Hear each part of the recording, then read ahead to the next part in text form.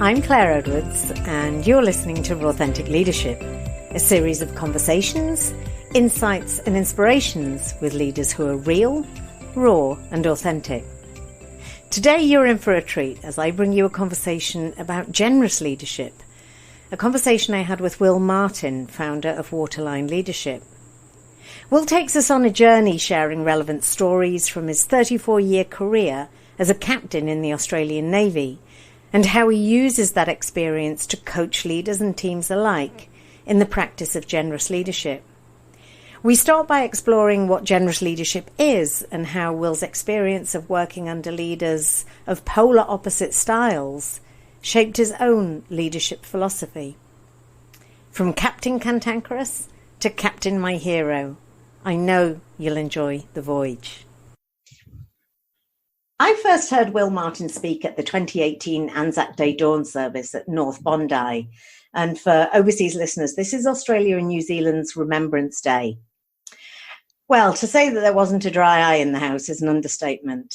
Literally thousands of people were reliving 8-year-old Will's experience of his first Anzac Day Dawn service with his dad. And I can even hear the emotion in my voice now. Since then, I've heard Will speak a number of times. And it was his stories of leadership in his 34-year career with the Australian Navy that prompted me to approach Will to be in conversation with me for authentic leadership. Now, usually I suggest the leadership category, but when we spoke, Will asked if he could go under the banner of the generous leader, and that wasn't a category I'd considered.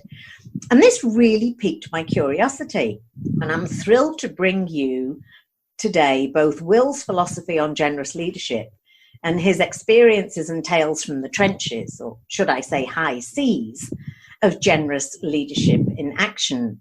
And in the spirit of authenticity, I have not spoken with Will about generous leadership. I know as much as you do at the moment, so I'm really excited to explore more. So Will, welcome to Authentic Leadership. Well, thank you so much, Claire, and thank you for the interest and for sparking my further sort of thinking about generous leadership as we've been thinking about today. So I really thank you for the opportunity. Oh, you're so very welcome. And listen, before we get into the nitty-gritty of generous leadership, I think it will be helpful for our listeners just to hear a potted history of your naval career so we can contextualize your leadership philosophy. So Will, over to you.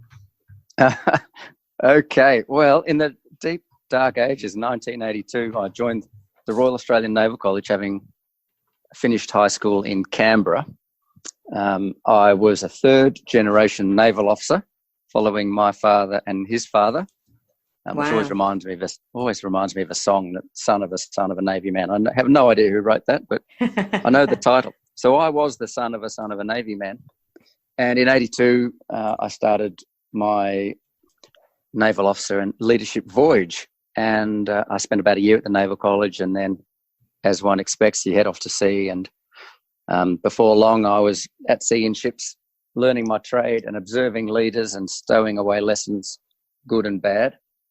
And then over time, the Navy sees something in you, and I was appointed to be the captain of a small ship, a little patrol boat, in which I learnt an enormous amount about myself and self-awareness and self-knowledge and self-curiosity. And that went well, and I got promoted. And then I was captain of a big ship as a commander, and I used all of my self-awareness to achieve what I think and what I recall was pretty good results in that ship. And then I was captain of a Navy base in Sydney with about 600 people reporting for work every day.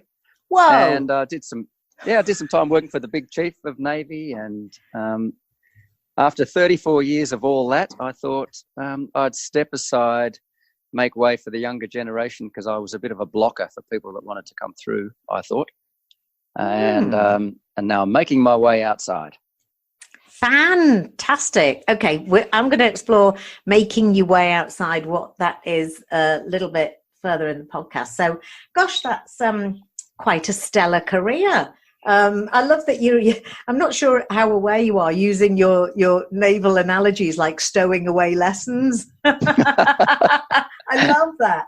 So So, Will, That's good. yeah, you mentioned about the concept of generous leadership, and this isn't a concept or a philosophy that I'm familiar with. So again, I'm just gonna sit and listen and hear more about what the concept is. And I'm also curious: is it something that you've been aware of from the outset, or is it something that's come to you on reflection? So I'm just going to shut up and listen again. Wow. Okay. This is like handing over. I've got it. I've got the baton. It's something that has not been with me all that long. So I've been out of the Navy now 3 years, and with my wife, we run a leadership development practice. And a little over a year ago, we enrolled in a business school called the Thought Leaders Business School, which helps get your thoughts down and explore your thoughts and your ideas and turn them into something. And in so doing, getting all of my thoughts down on bits of paper in a nicely structured way, I started to find themes around the sort of leadership behaviours and values that I responded to as a junior officer. And the opposite, of course, which I responded to negatively. Yeah. And at the same time, I'm hearing concepts which I thought were kind of obvious, like the courageous leader or the respectful leader, and more recently, the kind leader. Mm-hmm. And as I started exploring a model, which I'll get to in a moment, I thought, what about generosity? I mean, generosity sums up so many things. And I think to be generous is to give unconditionally, to give away unconditionally, and to not expect anything in return. I think this is something parents do almost every day. They're giving a lot of love, and they're giving education, and they're giving guidance, and they're handing over moral standards and values, and they're doing that unconditionally, and there's some generosity in that. I don't think parents are being kind to their children. They're being generous with their children. And I think leaders could be the same. So I think I go and see some friends, and I have a son who lives in England. I go to England quite a lot, and I find on the roads, English drivers are very generous. So if I'm driving along in a car in England and I get stuck at an intersection and I can't get in, someone will stop, flash me, and invite me in. I will definitely vouch for that, Will. Yes. It's fantastic. And in my head, I say, that's not kind, that's generous, because they've given up their spot. If they were being kind, they say, that's a lovely car, and they'd keep driving. Like they'd give me a compliment, but they're being generous by handing over their spot in the queue and letting me take it. So that's an act of generosity. So when I explore it more and more, I find 3 key themes, and they're around a leader being open-minded, humble, and empathetic. And we can explore that more if you want. But I just find that the driving thing, and also there's a study was done at it might be Pepperdine University, somewhere in the States. Anyway, 2 guys. They studied what was going on in the amygdala, that little part of the brain that looks after fight, flight, and makes us anxious when things aren't going well. Yeah. And they discovered that when you are doing something generous, the activity in the amygdala goes down. So being generous is good for you. Being generous keeps you calm. It keeps you calm, and it probably gives you a little hit of dopamine, makes you a bit more settled, and you're probably therefore going to make better decisions under pressure if you've got a mindset around generosity. Wow. So what would you say, does generosity require sacrifice? A little bit, yes. Not on any grand scale, but it requires you to give up something. So I was coaching a guy, a senior medical practitioner. He's one of those classics who had been hands-on surgeon and had been asked to now become the leader of the team, take the big office, and to be responsible for the output of people in 3 different hospitals. And he was finding that difficult. And part of the coaching process was to interview all of his subordinates and direct reports and peers, etc. And in all of the feedback, everybody, there was one common thing. They all wanted different things, but there was one common thing. They wanted one thing of his, and they wanted more one-on-one time with that leader. Yeah. So when I was able to present that to the leader and say, look, this is what your people want, I was able to couch it in the terms of generosity. by saying, it looks to me like you need to be more generous with your time with these people. Yeah. So the answer to the question, is there an element of sacrifice? Yes, because he's sacrificing his own output, the stuff he needs to get done, his pressures, his own diary. Mm-hmm. And by taking on a mindset of being generous with his time, he's now locking in periods every week where he is generously giving up chunks of his diary to give his people one-on-one time. Okay. Wow. So in addition to time, how else can we help leaders to be more generous? Where else in their leadership capability do you think they can be more generous? Well, I think it's mostly around mindset and attitude. So I mentioned being open-minded, being humble, and being empathetic. Mm-hmm. If a leader is acting and behaving with those sorts of mindsets, they will be, in my mind, according to my modelling, they will become more generous. So being open-minded, basically, if you think of someone, well, let me tell you a Navy story about an open-minded leader. Mm-hmm. So open-minded leaders are curious. They expect that they might be wrong. They are open to the fact that other people have better ideas than them. They're very good at asking questions rather than giving advice. And they prefer to be listening in a conversation than talking. So being open-minded to all of those things. Now, I was working for a guy in a ship a long, long time ago, one of those beautiful naval captains who I just learnt many of my positive stories from. And in fact, there are many parts of this story which go to all parts of my model. But we're at sea, and there's a time often when two ships have to join to carry on and do some exercises. And the senior ship picks a spot in the ocean, might be 10, 20 miles away, and the two ships then converge on it. And once they've joined up, they then start doing manoeuvres. And we were going to try and help this other ship in their ability to chase and hunt submarines. And we were the senior ship, and the other guy was the junior ship, and our guy had been around a long time, and the other guy hadn't been around long. So we were expecting our captain, to be a bit dominating and to take charge of the other fella. And they were both men, so I'm using male genders here. And as these two ships were steaming towards each other, and I was the navigator of our ship, I could see we were pretty much just right on a head-on sort of angle, heading straight towards each other, heading for the bit of water where we were meant to meet. And we'd given instructions for this other ship to join and come in behind us, astern of us at a certain distance. And to do that, they really should have given us a wide berth and then joined us astern. But it was pretty narrow. They weren't going to miss us by much. And it got to the point where my captain just said, let's stop now. Let's take the way off. This is getting a bit dangerous. And I expect in the other ship, exactly the same thing was happening. And then it all got a bit quiet. Both ships were stopped in the water at about, I don't know, let's say half a mile apart, which at sea is not much when you're in big ships doing 50, 60 kilometres an hour. And then my guy decided to send a signal to the other captain, and he wanted to do it in confidence. But I could overhear because I've got good ears, and I wanted to overhear. Yeah, and you're curious. Yeah, I was very curious. So I could hear him say to his chief yeoman, the signals yeoman, look, I want to send a one-on-one message to the other captain. And so I got close enough just to make sure I didn't miss it. And I expected something like, you were out of order there. I'm the senior guy. When I tell you to take station astern, I want you to come astern. You shouldn't have placed us all in danger. And I'll see you on the wharf on Friday so we can have a further conversation about it. Something like that would not have been unexpected in the rank hierarchy that we had.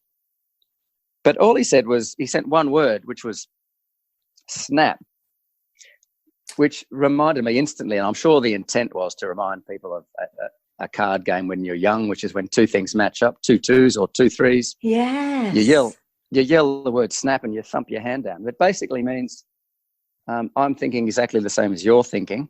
And then the more I unstitched that, I thought, wow, he was actually saying I am as much to blame for this as you. Wow. He was saying it takes two to tango. He was saying in an open-minded way, I'm happy to learn that I was at least 50% wrong, if not more. In the curious, lovely, open-minded way, he displayed so much of that. And I learnt also from the same story, that a couple of the other elements of my model around humility and empathy. And he was being very humble and being very empathetic in that same moment, just by sending a one-word answer. It was terrific. Wow, what a powerful story. And it just reminds me of when we're learning from others, just observing their actions, listening to their language, we can learn so much. So how did that then impact your leadership approach, attitude, and philosophy as you moved through the ranks? And at what sort of level were you when you experienced that? And then how long was it before you became that leader in the Navy, or did you already have a leadership capacity? No, I was a junior leader, but I didn't have and hadn't yet had command of people. And I think it's in command, certainly in the Navy, it's in command when you really have to become the leader. And command at sea is quite a unique thing. Now the buck stops with you. You're completely responsible for everybody's health, welfare, and discipline. So it's a pretty special place to be. And some people just find it very difficult, and some less so. But at that stage, I was a fairly junior lieutenant, 2 stripes. The big boss had 3 stripes, and I was still at the stage where I was just stowing away leadership lessons. So either side of this really super guy, I had some less desirable captains to observe, but I learnt as much from them in ways that were more emotionally powerful and had more of an impact on me. Such that when about 5 or 6 years later, when I had then been promoted and I was captain of my little patrol boat, I was able to put all of that into action with the self-belief and the self-knowledge, the self-awareness that I thought I had, taking all those lessons and taking on some leadership characteristics of others, but behaving in my own way, to do it my own way in what you might call in an authentic style. Yeah. Or even a raw-authentic style. Or even a raw-authentic. Well, I can tell you, it feels pretty raw when you step on board your first ship for the first time and everybody's looking at you as though you know all the answers, and there's an expectation that you're going to look after them. Sometimes there are family around. They're also looking on to make sure that you're going to look after their little son or daughter's welfare and discipline and health. It's quite onerous, and it's a big day the first time you do it. So I would always say the only thing that prepares you for command is command. So I'm lucky that prior to being the captain of a big ship, I was captain of a little one, and not everybody gets that opportunity. Yeah. Yeah. And I'm thinking back to another recent podcast, and there's a bit of a link here where I was talking to someone who said that, they wanted to create their culture from the outset. So they got together as co-founders and reflected on what were the things that they absolutely loved in their past careers, and that they were going to make sure that was part of the culture. And equally so, what were some of the things that they really hated, that they really disliked, and make sure that that wasn't going to be a part of the culture. And I just want to pick up on what you were saying about some of the negative things, because we know from neuroscience that we default to the negative, and actually negative is stronger than positive. So maybe, just to share what obviously without giving away any names, but what were a couple of things that you experienced that helped shape your leadership philosophy in the opposite direction? Well, I won't go into stories because they're quite long, and there's a character I've developed from all my negative experiences in Navy, and he's based on several characters, but the character name is Captain Cantankerous. I like that. And as I say, he's made up of several people, but he's the sort of leader who, without really knowing the impact of their behaviour and their language, has an extraordinary negative emotional impact on people. Yeah. Now, the way that impacted me was in my self-belief and self-confidence. It was the way I felt belittled and disempowered.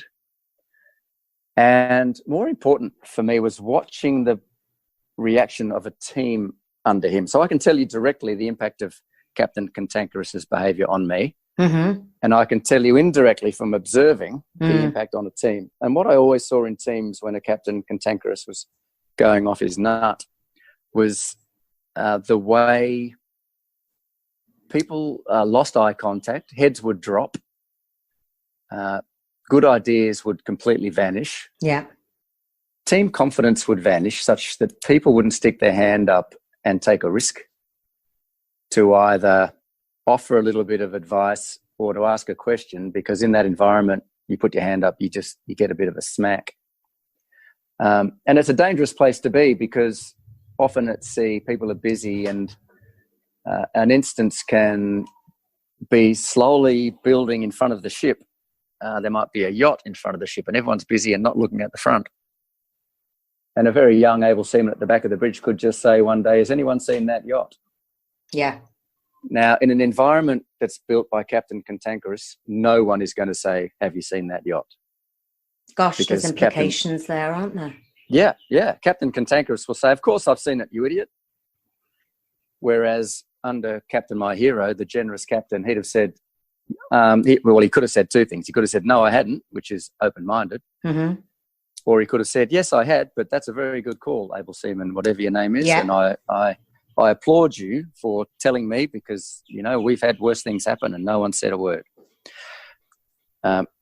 So all this, and the other thing that disappears in a team is sense of humour. And sailors at sea are funny. They take the mick out of each other ceaselessly.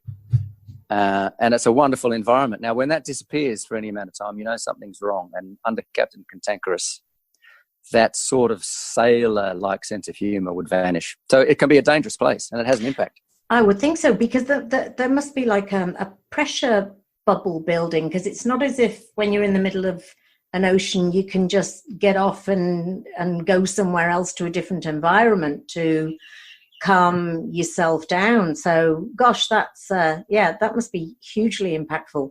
And I'm curious, Will. I suspect, I don't know, but I suspect that you would probably relish the chance to work with Captains Cantankerous and help take them on a journey to move them to Captain Generous and Captain My Hero. So, if I threw you half a dozen Captain Cantankerous or Cantankerouses, where might you start with them? Such a good question. I've always considered that the Captain Cantankerous that I worked for had zero self-awareness. And I would suggest, everyone's got their own definition of self-awareness, but for me, it's having an understanding of the impact of your behaviour on others. Yeah. And so that means it's not having an understanding of your capabilities and limitations. It's not having an understanding of whether you're future focused or analytical or people or whatever your go-to themes are. Mm-hmm. For me, it's completely about having an understanding of the impact of your behaviour on others. Now, Captain Cantankerous and his cantankerous mates had no idea the impact they were having on their people. Yeah. They had no idea that they were shutting down innovation, creativity, and good ideas. No idea. They had no idea that they were shutting down a sense of humour amongst people. But also there wouldn't have been that sense of psychological safety. There would have been sort of a fear of speaking up, a fear of retribution. And that, again, would have its own implications. Oh, tremendously so. And as you said, it's a dangerous place. Mm. There can be horrible consequences. So when that's all falling apart and the team's fracturing because of bad behaviours, I would start, getting back to where we started this little theme, I would start with doing some self-awareness work with those cantankerous people. And you can only really do that with a pretty sophisticated 360, and there are many, many of them, and I'm not going to propose one or other. But some sort of tool that shows you how you show up relative and different from the way you think you show up at work every day is a terrific way to start, because then you can see the delta, the gap. Yeah. And both of you can immediately see the things that need to be worked on to get from A to B. Mm-hmm. And any leader worth his or her salt wants to be better, wants to improve. And step one is getting some level of self-awareness around the impact of your behaviour on others. And if you get that firsthand from others, then now what can be better than that? Yeah, along with some extremely diplomatic, sensitive coaching. Yes. to help them see and understand and accept the feedback that's coming their way, because the less self-aware they are, the more of a shock potentially it is to get that feedback. But the point is that they've come to you. There is a desire to be a better leader. Yes, you hope so. And I mean, there are people that aren't coachable. And in our little practice, we will make an assessment of whether someone's coachable, when they need to have the discipline and the courage to be in the space at all. And if they don't have that, they're probably not coachable. You're not going to get too far. Mm-hmm. And we also believe that coaching shouldn't be some sort of remedial process. It should be a development of some positives and some strengths into something that then completely overpowers weaknesses, such that the leadership improves off the scale. Absolutely. Wow. Going back to your model, Will, I'm curious about humility. And I suppose, often we have preconceived ideas of what it's like to be in the military, or in a military based operation. And I'm curious as to, how did humility show itself, either in one of your Captain My Heroes, or how did you develop your own attitude and attribute and characteristic of humility, and what impact did that have on your people? Yeah, well, it's a very empowering trait, I think, to be humble. So Captain My Hero, with his one-word snap response to an imminent collision at sea that didn't happen but was avoided, was being, I think, very humble in the way that he was suggesting to anyone that could hear, but also to the other guy, that he's happy to forgive, generously forgive. Well, so I see humility as being, it's a bit like Superman. I think Superman was very humble. When Superman took his Superman outfit off and he's just walking around as the man, he didn't need to ever take credit for anything. Yeah. He didn't ever say, oh, that was me that saved those 6 people last night. It's a bit of a superpower, a superhero superpower. You don't need kudos. You don't need acknowledgement. You don't need anyone to give you a pat on the back. When credit comes your way, you tend to then just deflect it onto the people that actually deserve it. Yeah, yeah. Yet when blame is coming in, you completely take it and say, look, I'll take that blame, thank you. That belongs with me because I'm the boss. And the way that people respond to that is just extraordinary. They trust the leader more. They respect the leader more. And they're therefore more likely to take a few little risks, stick their hand up. It's so safe for them to have a crack, knowing that if it goes wrong, their boss has got their back. But also they will know that if it goes horribly wrong and things go wrong, the boss is going to take them aside, in private, by the way. Yes. And say something like, no, that didn't go very well. How are we going to do better next time? Yeah, yeah. It's a great thing, and it's a significant leadership strength. And I think it leads to the leader gaining this sort of inner confidence and this resolve, whilst remaining focused on the needs of the people around them. Absolutely. Which is why it links up so nicely with empathy and open-mindedness. They're just a nice little trio, 3 legs on a stool. The old 3-legged stool analogy. It's great, isn't it? It's there again. So, just listening as you're speaking, Will, so we've already identified a lack of self-awareness.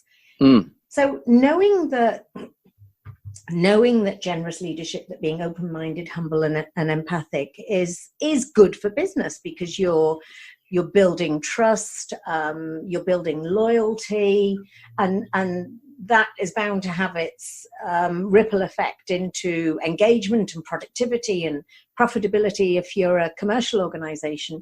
What do you think it is, Will, that stops leaders embracing that or going after it, or what do you think stops them?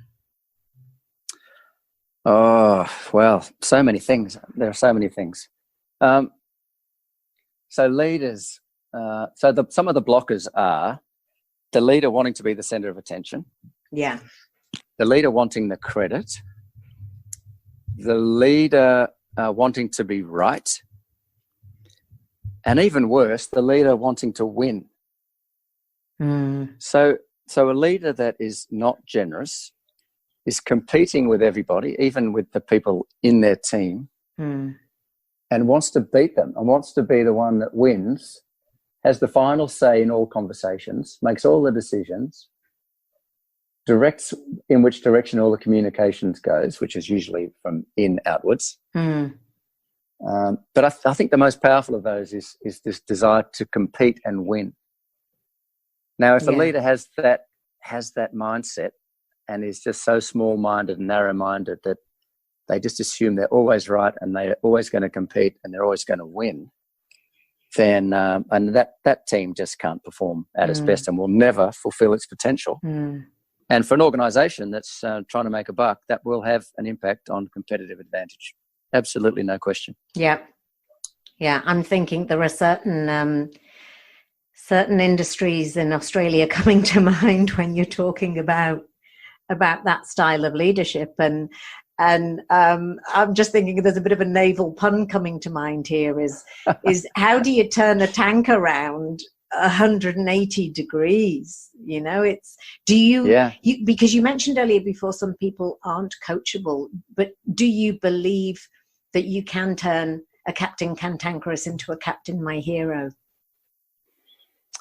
No, not in the people I observed.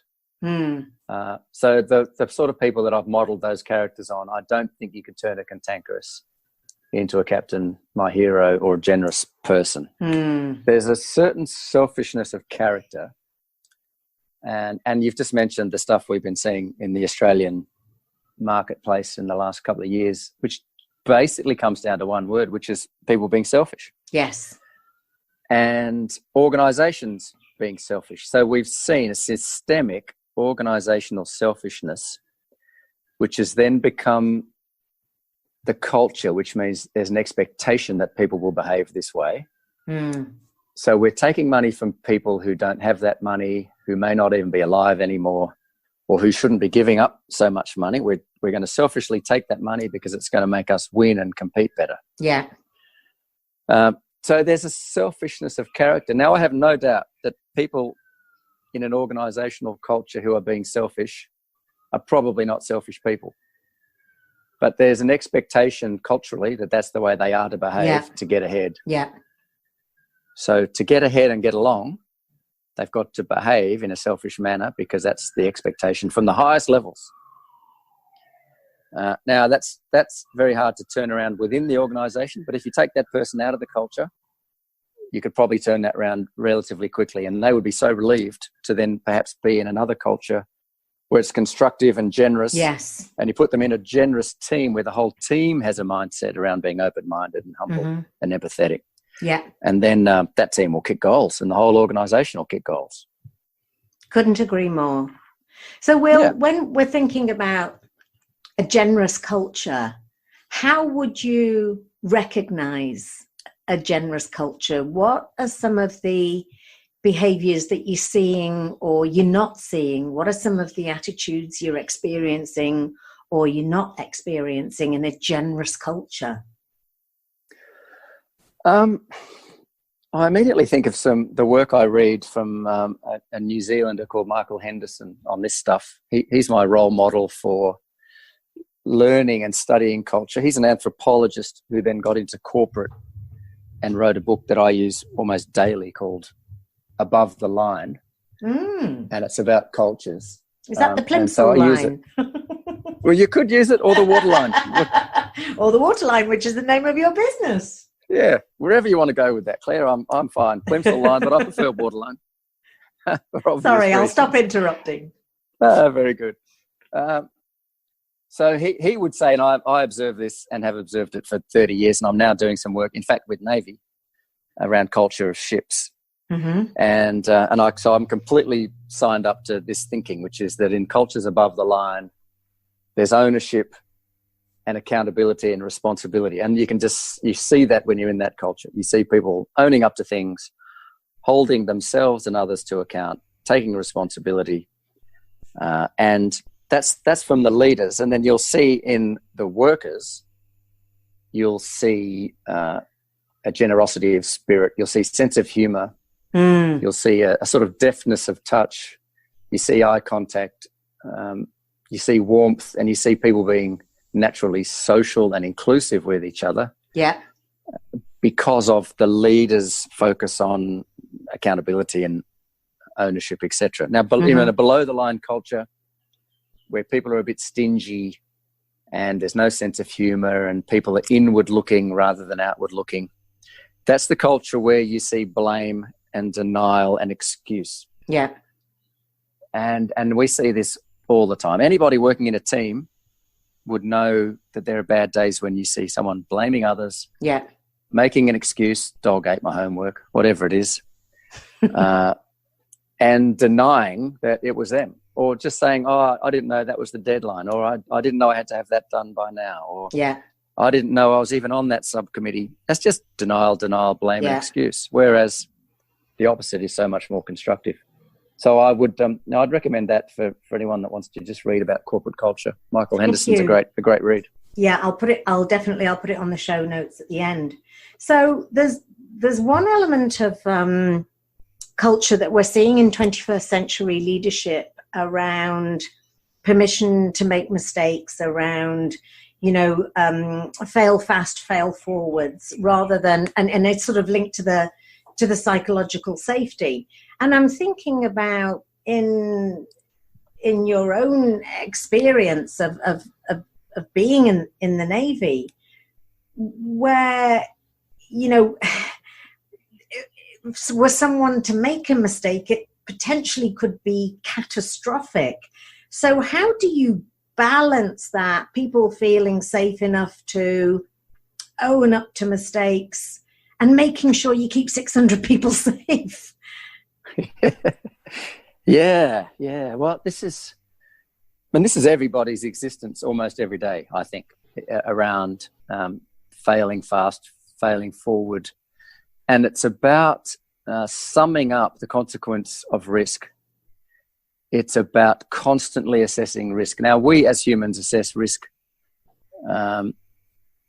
all day. Every time we cross the road, we're assessing risk. And in a subconscious way, we're assessing the likelihood of something going wrong, and then we're adding in the consequence of it going wrong. Now, for parents, for instance, if we got that risk appetite wrong, we would never let our children drive a motor vehicle. Yeah. Ever. Yeah. Or cross the road on their own, or Yeah, we'd just get the risk out of whack. And we would say that the consequence of a failure is completely overpowering the likelihood of the failure, and there needs to be a balance. So now if I'm in a ship at sea, let's say I'm the captain of a ship at sea, every single thing we're doing is potentially catastrophic, but we mitigate the risk as much as we can until we get the likelihood of the failure to a minimum, and we reduce the consequence of the failure to as low a level as possible. Now, there'll be things we do where that just stays outside of the boundaries and it's too risky, and the captain says, no, not doing that today. We're not going to fly a helicopter off the back of this ship. in sea state 7 with 65 knots of wind, that's outside my risk appetite. Mm-hmm. But flying a helicopter off the back of a ship on any day is dangerous, and we just have to work it out. Yeah. Now, the same thing happens in teams where we want to generously delegate tasks to people, knowing that if they get them wrong, there's going to be a failure and a consequence. But we're going to be humble enough to say, if it goes wrong, I'll be the one that takes the blame, not you. Yeah. This remains something that I'm accountable for, even though I've delegated it to you. And the leaders know that once they've delegated something and they're helping someone grow and they're generously doing that, if they just let the person get on with that and they achieve it, the growth and the self-confidence and the empowerment in that person is just so rewarding and so makes everything so worthwhile. Yeah, that sense of autonomy and mastery is just so important to us. It's one of our core social needs. Right, there it is. So if you, on the other hand, if you delegate a task to someone and then every 5 minutes you come along and say, hey, going with that task, don't stuff it up. Why are you doing that way?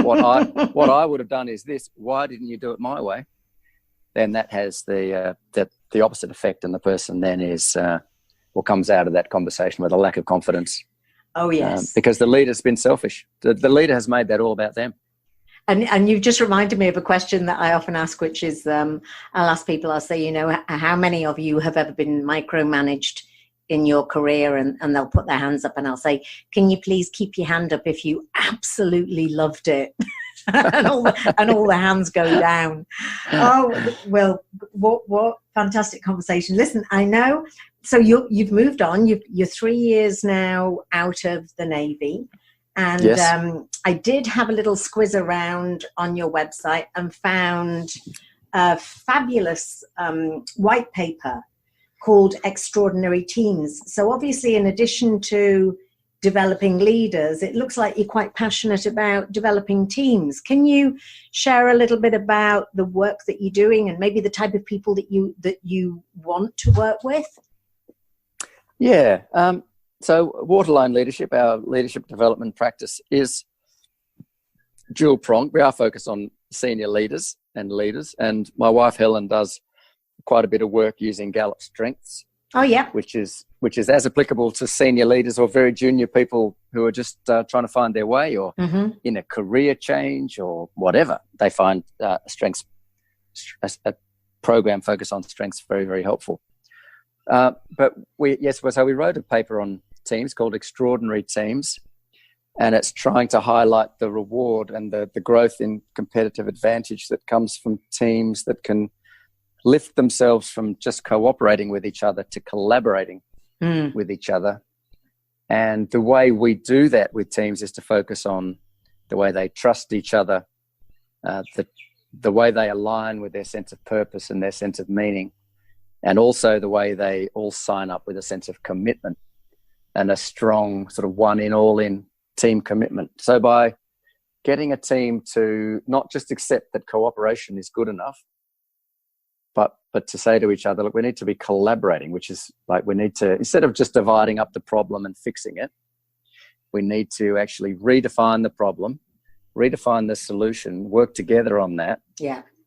Own the outcome, own the success together, work together on what the problem actually means for us, what it means for the organization, just redefine it. By collaborating through trust, purpose, and commitment, we think a team can probably improve its output by 10% very quickly. And that's the work we're doing. And we're a bit focused on defence industry at the moment, just based on my background. That's logical. Trying to target defence industry companies, most of which are based in Canberra, but they are all over the country. And we've got a warm network in there, so we're just trying to connect with them at the moment and see if we can do some team coaching or some leader coaching, or I can do the occasional keynote, which I love to do as well at various leadership conferences or industry conferences. Excellent. And and thinking about it, if you just replace the word ship with organization or business, everything that you have shared is 100% applicable to a commercial, a not-for-profit, a public sector. It's all about the attitudes, the attributes, the mindset of a generous leader, because generous leaders will grow generous and extraordinary teams. Yeah, and generous individuals. Yeah, they will. I mean, I think it's something of a no-brainer, and I think that corporate world, any part of our society, maybe even, I mean, there's a Royal Commission into disability services, etc. at the moment. We've seen a lot of horrible, selfish behaviour in that space as well. Yeah. I mean, you can just imagine that generous leaders will instantly produce generous teams and maybe a generous culture over time. Well, long may your generous leadership reign last in this area, because it's much, much needed. Hey, and I've heard a rumor that at some stage over the next 12 months, you're going to be publishing a book. Have you got a working title or a proper title, or do you want me to edit this out of the podcast? Because I'm not. Right. So I've committed to a bunch of people and myself and to my wife that by November there'll be a book out called "The Future of Leadership is Generosity." Excellent. And I think it is about the future, and I think we've got to think about future generations and what they need of us as leaders. I think it applies to parents, it applies to teachers, it applies to captains of ships and captains of industry. Yeah. And I commit, it'll all be about my model, but there'll be a lot of Navy in it, obviously.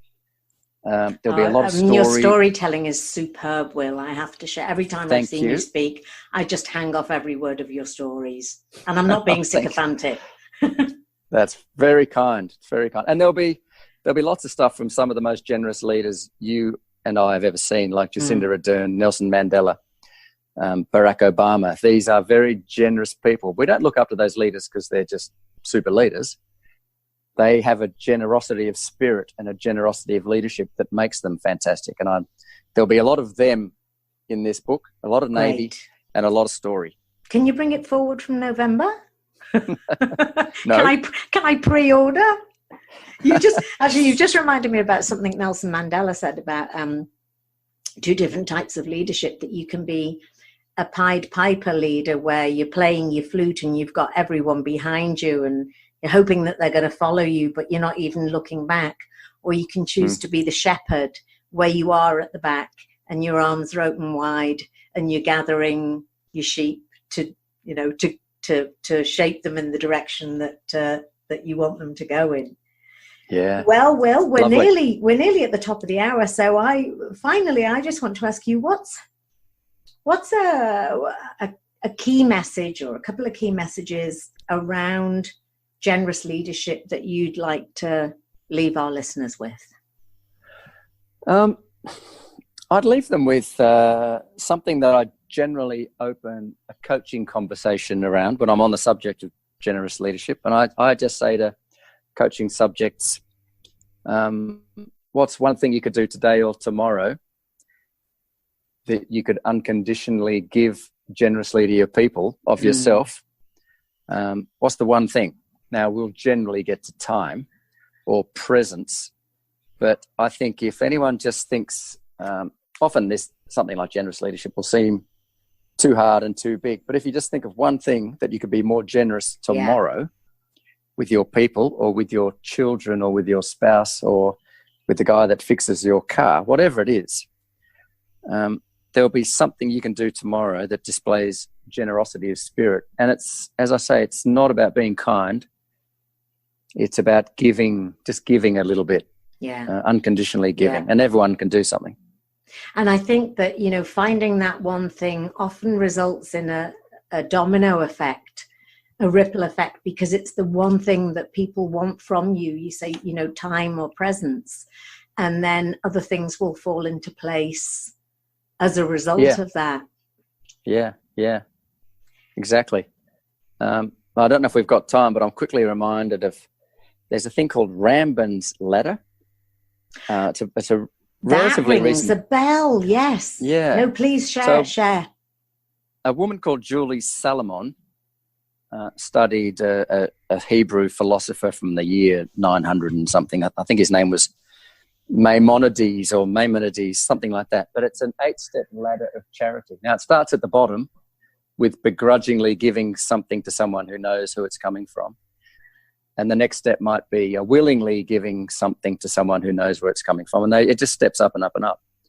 But the top layer of Ramban's ladder is the gift of self-reliance. Oh, wow. Now, it's the only step that doesn't involve giving something material. It's that you're giving something immaterial. You're giving them the gift of self-reliance. And this makes me think for leaders, giving through delegation and good supervision, they're giving the gift of self-reliance, which is what we're doing with our children. We're growing them into fully formed adults, and we're giving them the gift of self-reliance. Wow, Ramban's ladder. I'm gonna look that up, and I'll put that on the show notes as well. Because I suppose. Sorry, go on. Yeah, Julie Salomon was the woman that's written the most recent book on it. Great, thank you. And I suppose that the ultimate accolade for a generous leader would be to make themselves redundant. Exactly. Perfect. Perfect. Will, I have so enjoyed our conversation.